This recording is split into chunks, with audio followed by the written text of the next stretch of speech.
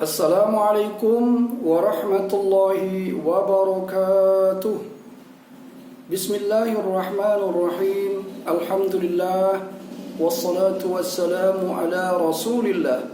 Sahabat-sahabatku, para pencinta Al-Quran dimanapun berada yang dirahmati Allah, Alhamdulillah, kali ini kita bertemu kembali melalui belajar ngaji Peraga Tilawati 6 halaman yang ketiga.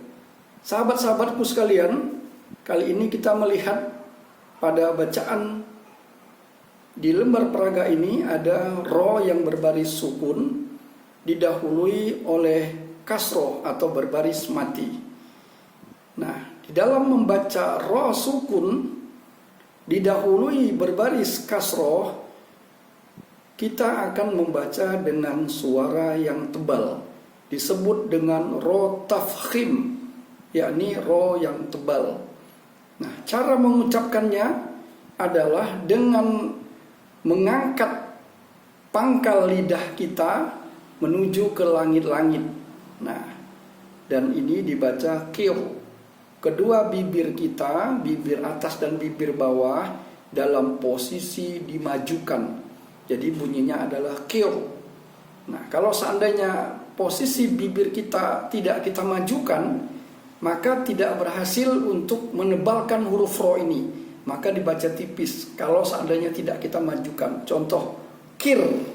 Nah, pada saat saya menyebutkan kir tapi tidak saya majukan bibir atas dan bibir bawah ke depan, memajukan bibir atas dan bibir bawah ke depan itu disebut juga dengan mencucu bibirnya, atau disebut memonyongkan, disebutkan dengan memonyongkan bibir kita ke depan sehingga membunyikannya harus tebal, kir.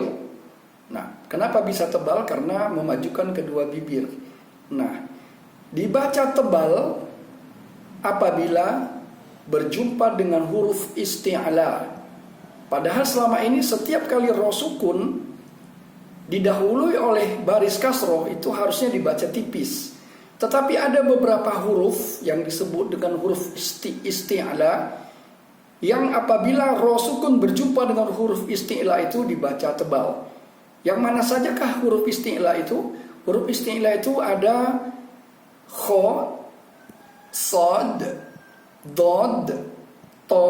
Nah, ini contohnya to, kemudian zo, ghoin, dan kof. Nah, apabila ro sukun berjumpa dengan ketujuh huruf isti'la itu, maka dibaca tebal.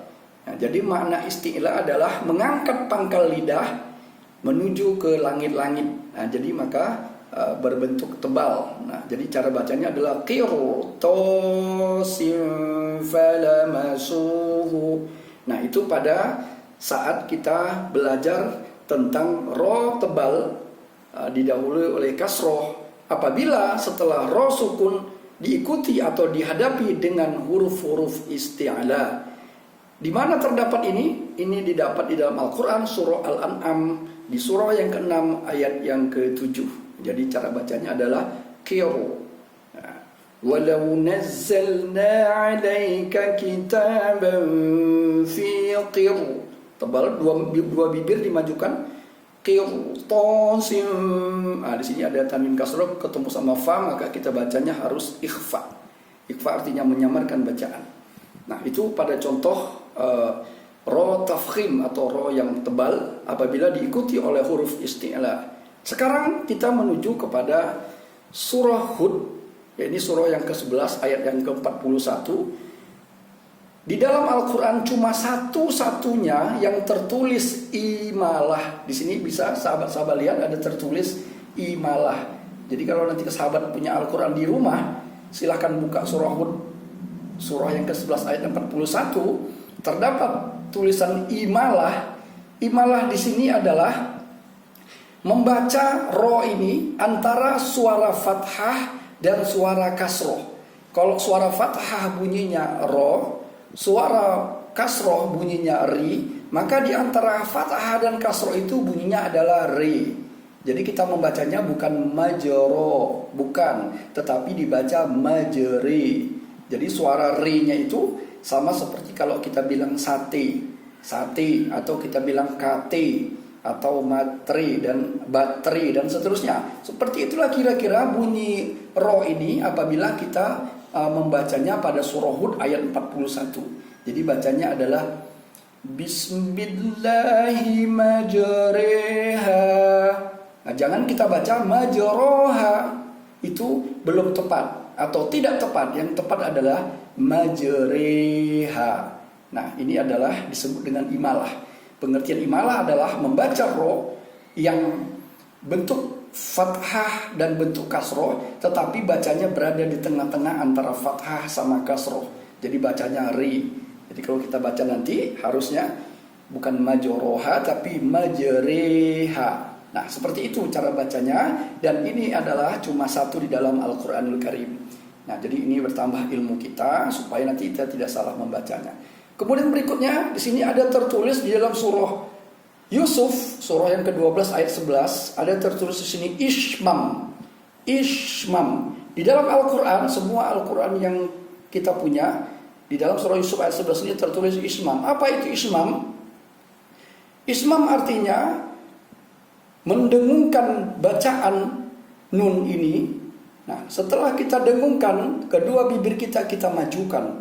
Nah, jadi bacanya adalah saat kita majukan suara nun ini ke depan, tapi tetap dalam posisi berdengung. Ya, jadi bacanya la ta'manna.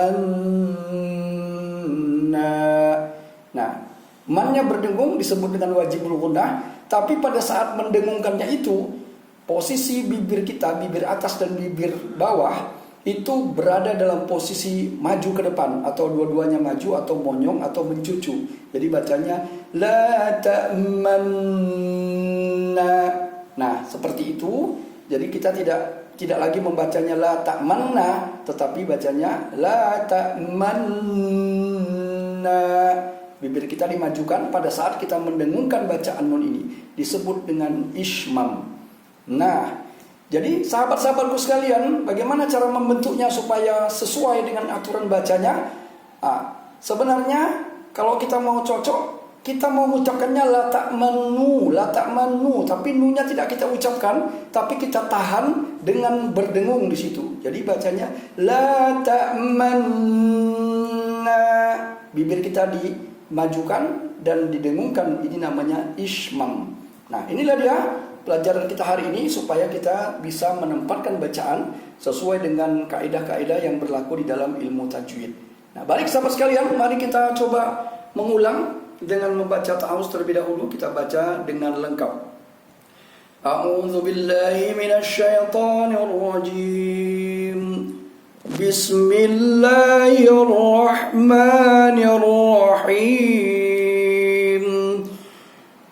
Walau nazzalna 'alaika kitaban fi qirtasin falamasu.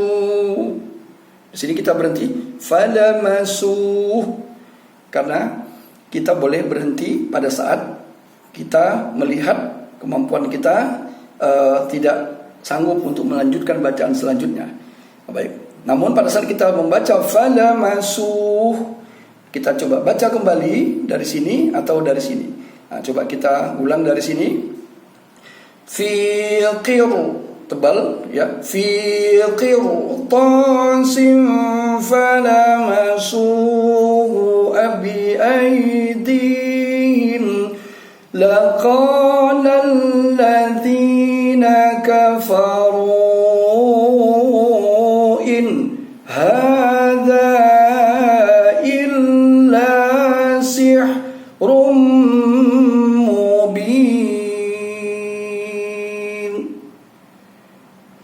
wa qala rakabu fiha bismillahi majreha wa mursaha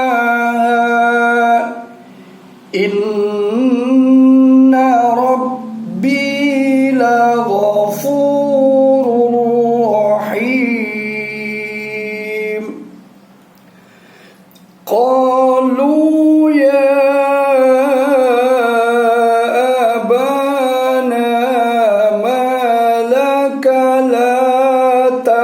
manna ala Yusuf wa inna lahu lanasihun. Alhamdulillah sahabat-sahabatku sekalian, sudah kita bacakan pada paragraf tilawati 6 di halaman 3 kali ini. Mudah-mudahan semakin bertambah lagi ilmu kita di dalam menempatkan bacaan-bacaan sesuai dengan kaidah ilmu tajwid. Mari kita akhiri dengan doa kafaratul majlis. Subhanakallahumma wa bihamdika asyhadu an la ilaha illa anta astaghfiruka wa atubu ilaik. Assalamualaikum warahmatullahi wabarakatuh.